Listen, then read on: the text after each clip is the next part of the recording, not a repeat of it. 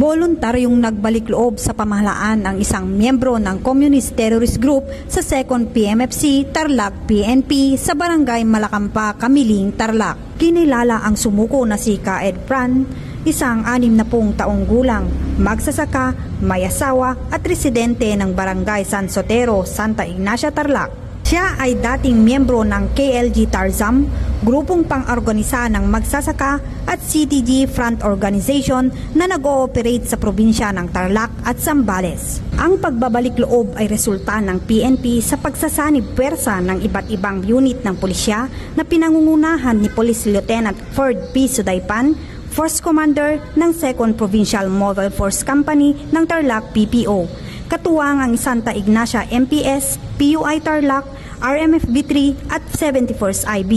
Samantala, kasabay ng pagbabalik loob nito ay sinuko din niya ang isang unit ng homemade caliber 38 revolver.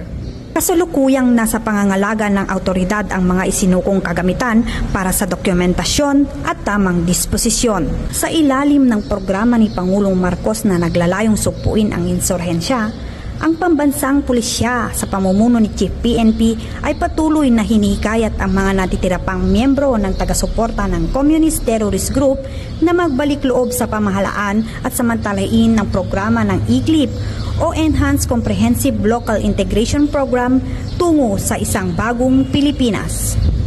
Mula dito sa probinsya ng Tarlac, ako ang inyong PNN correspondent, Patrolwoman Digna Jane Tenorio Malubay, alagad ng batas, tagataguyod ng Balitang Pulis.